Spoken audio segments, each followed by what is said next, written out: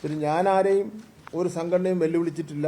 കഴിഞ്ഞ 4 വർഷക്കാലമായി ഇനി വെല്ലുവിളിക്കാനോട്ട് ഉദ്ദേശിക്കുന്നുമില്ല. എല്ലാവരുടെയും സഹായത്തോടു കൂടിയാണ് പൊതുവിദ്യാഭ്യാസ വകുപ്പ് രാജ്യത്തിന് തന്നെ മാതൃകയായി 2ാം സ്ഥാനത്തേക്ക് എത്തിച്ചേർന്നിട്ടുള്ളത്. അതിൽ നമ്മുടെ നാട്ടിലെ സമസ്ത വിഭാഗത്തിൻ്റെയും പിന്തുണയുണ്ട്. ആ പിന്തുണ ഇനിയും ആവശ്യമാണ്. കുട്ടികളുടെ നമ്മുടെ ടീച്ചർമാർ കാല് കഴിപ്പിച്ച സംഭവം, ഭാരതീയ വിദ്യാനികേതൻ നടത്തുന്ന ചില സ്കൂളുകളിൽ വിദ്യാർത്ഥികളെ കൊണ്ട് അധ്യാപകരുടെ കാല് കഴിപ്പിച്ചെന്ന വാർത്ത ഞെട്ടിക്കുന്നതാണ്. മാധ്യമങ്ങളിൽ ചിത്രമടക്കം വന്നിട്ടുണ്ട്.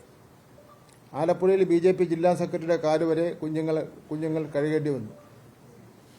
ആധുനിക കേരളത്തിൽ നടക്കാൻ പാടില്ലാത്ത സംഭവമാണ് നടന്നിരിക്കുന്നത്. അതുകൊണ്ട് തന്നെ ഇക്കാര്യം പൊതുവിദ്യാഭ്യാസ വകുപ്പ് ഡയറക്ടർ അന്വേഷിക്കുകയാണ്. വിദ്യാഭ്യാസ അവകാശ നിയമത്തിന്റെ വകുപ്പ് 17(1) പ്രകാരം ഇത്തരം നടപടികൾ മെന്റൽ ഹരാസ്മെന്റിന്റെ പരിധിയിൽപ്പെടും. സർവീസ് റൂൾ പ്രകാരം ഇത്തരം കാര്യങ്ങൾ ചെയ്യുന്നവർ ശിക്ഷാ നടപടികൾ നേരിടേണ്ടി വരും. ഈ വിദ്യാഭ്യാസ കലണ്ടറിനെ സംബന്ധിച്ചിടത്തോളം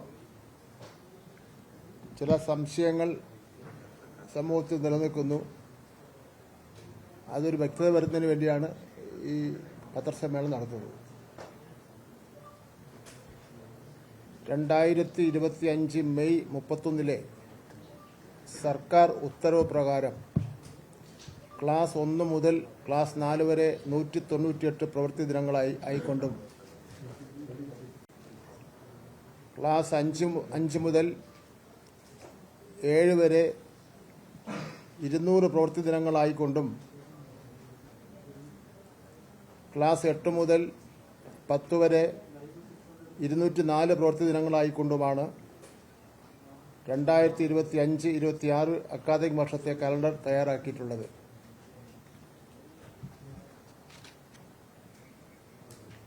LP വിഭാഗം സ്കൂളുകൾക്ക് അധിക പ്രവൃത്തി ദിനം ഇല്ലാതെയും വളരെ പ്രധാനപ്പെട്ട പോയിന്റാണ്. UP വിഭാഗം സ്കൂളുകൾക്ക് ആഴ്ചയിൽ 6 പ്രവൃത്തി ദിനം വരാത്ത രീതിയിൽ 2 ശനിയാഴ്ചകൾ ജൂലൈ മാസം 26, ഒക്ടോബർ മാസം 25 ഉൾപ്പെടുത്തിക്കൊണ്ടും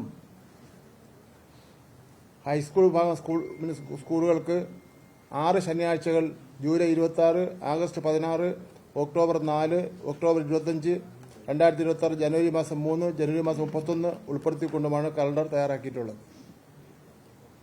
198 സാധ്യമായ ദിവസങ്ങളും 6 ശനിയാഴ്ചയും ചേർന്ന് 204 പ്രവൃത്തി ദിനങ്ങളാണ് ഹൈസ്കൂളിനുള്ളത്.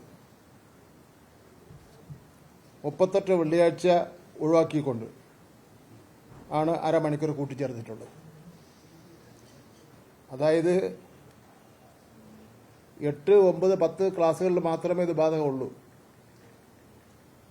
അതിലൊരു വ്യക്തത വരുത്തേണ്ടതുണ്ടെന്ന് എനിക്ക് തോന്നി. അതിലും 38 വെള്ളിയാഴ്ച ഒഴിവാക്കിയിരിക്കുക.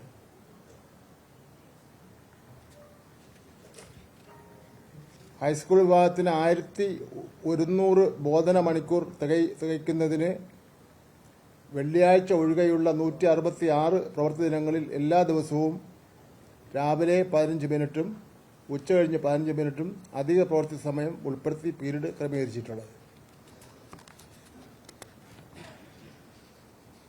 നോട്ടുണ്ട്. പിന്നെ അതിൻ്റെ പീരീഡിൻ്റെ 1 മുതൽ 8 വരെയുള്ള പീരീഡിൻ്റെ സമയം ഉണ്ട്. ഞാനത് നിങ്ങൾക്ക് തന്നാൽ മതിയല്ലോ. പറയണോ? തന്നാൽ മതി.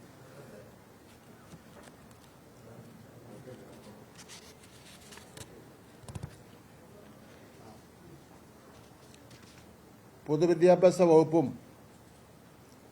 എക്സൈസ്, ആരോഗ്യം, ആഭ്യന്തരം, വനിതാ ശിശു വികസനം, സാംസ്കാരികം, തദ്ദേശ സ്വയംഭരണ വകുപ്പുകളുമായി സംയോജിപ്പിച്ച് സ്കൂൾ തലത്തിൽ 41 ലഹരി വിരുദ്ധ പ്രചരണ പരിപാടികൾ നടത്തുവാൻ തീരുമാനിച്ചിട്ടുണ്ട്.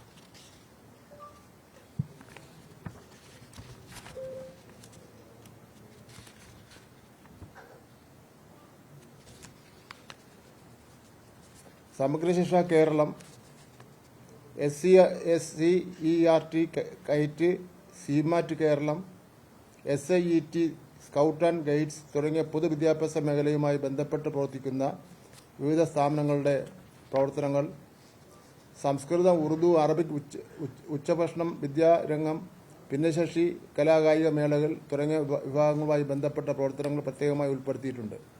കൂടാതെ വിവിധ വിദ്യാഭ്യാസ സ്കോളർഷിപ്പുകൾ, പരീക്ഷാ വിവരങ്ങളും ഈ കലണ്ടറിൽ ഉൾപ്പെടുത്തിയിട്ടുണ്ട്. കേസിന് ആധാരമായ സാഹചര്യം: ബഹുമാനപ്പെട്ട കേരള ഹൈക്കോടതിയിൽ എറണാകുളം ബീട്ടൂർ എബേനെസർ HSലെ PTAയും മാനേജറും കൂടി ഫയൽ ചെയ്ത റിട്ട് ഹർജിയിൽ പുറപ്പെടുവിച്ച ഉത്തരവ് പ്രകാരം അധ്യയന വർഷം 220 പ്രവൃത്തി ദിനം വേണമെന്ന ഹർജിക്കാരന്റെ ആവശ്യത്തിന് മേൽ ചട്ടങ്ങൾ പ്രകാരം തീരുമാനമെടുക്കുവാൻ പൊതുവിദ്യാഭ്യാസ ഡയറക്ടറോട് ബഹുമാനപ്പെട്ട കോടതി നിർദ്ദേശിച്ചു. ഇതിന്റെ അടിസ്ഥാനത്തിൽ പൊതുവിദ്യാഭ്യാസ ഡയറക്ടർ ഹർജിക്കാരനെ കേൾക്കുകയും 2024 ഏപ്രിൽ മാസം 25-ാം തീയതി ഉത്തരവ് പുറപ്പെടുവിക്കുകയും ചെയ്തു. ഉത്തരവ് പ്രകാരം വരും വർഷങ്ങളിൽ നിയമാനുസൃതമായ പ്രവൃത്തി ദിനങ്ങൾ കലണ്ടറിൽ ഉൾപ്പെടുത്താമെന്ന് തീരുമാനിച്ചു. എന്നാൽ ഹർജിക്കാരൻ കോടതിയിൽ കോർട്ടലക്ഷ്യം വീണ്ടും ഫയൽ ചെയ്തു. ഇവയുടെ അടിസ്ഥാനത്തിൽ 220 പ്രവൃത്തി ദിനങ്ങൾ തികയ്ക്കുന്നതിനായി 25 ശനിയാഴ്ച കൂടി ഉൾപ്പെടുത്തി 2024-25 വർഷത്തിലെ അക്കാദമിക് കലണ്ടർ പ്രസിദ്ധീകരിച്ചു.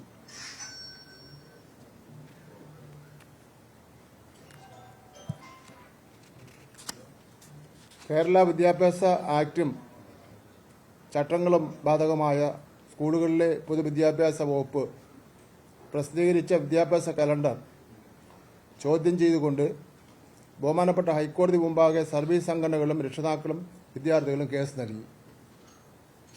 പ്രസ്തുത കലണ്ടറിനെയും അത് പുറപ്പെടുവിച്ച പൊതുവിദ്യാഭ്യാസ ഡയറക്ടറുടെ അധികാരത്തെയും ഈ ഹർജിയിൽ ചോദ്യം ചെയ്തിട്ടുണ്ട്.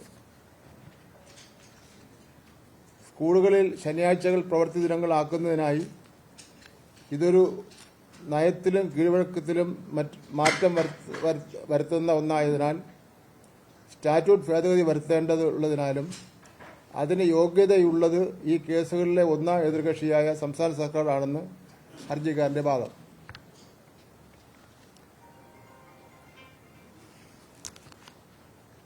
ഹൈക്കോടതിയുടെ ഉത്തരവ്: 2009 വിദ്യാഭ്യാസ ആക്ടിലെ വ്യവസ്ഥകൾക്ക് വിധേയമായും ബന്ധപ്പെട്ടവരെ കേട്ടും ഇക്കാര്യത്തിൽ വിദഗ്ധരായവരുടെ അഭിപ്രായങ്ങളും കേട്ട ശേഷം ഒന്നാം എതിർകക്ഷിയായ സർക്കാരിനോട് പുനഃപരിശോധിക്കുവാനാണ് ബഹുമാനപ്പെട്ട ഹൈക്കോടതി വിധിന്യായത്തിൽ ഉത്തരവായിട്ടുള്ളത്.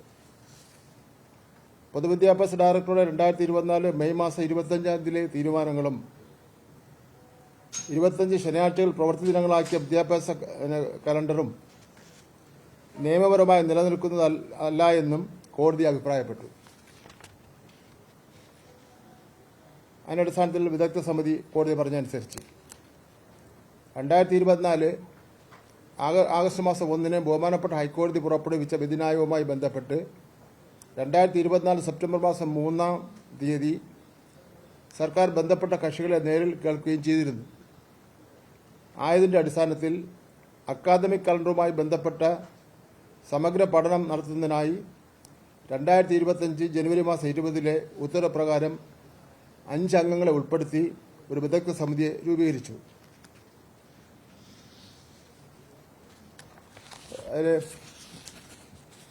Professor VP Joshith, central university of Kerala, department of education മേധാവി. NHM adolescent health state nodal officer doctor Amar S. ഫെറ്റിൽ. Child development centre assistant professor in development paediatrics doctor Deepa Bhaskaran. SSK മുൻ consultant doctor Jayaraj S. SSCRT മുൻ ഫാക്കൽറ്റി ശ്രീ AP നാരായണുണ്ണി എന്നിവരാണ് വിദഗ്ധ സമിതി അംഗങ്ങൾ. തരാൻ നോക്കുക, അല്ല കൊടുക്കൂലേ?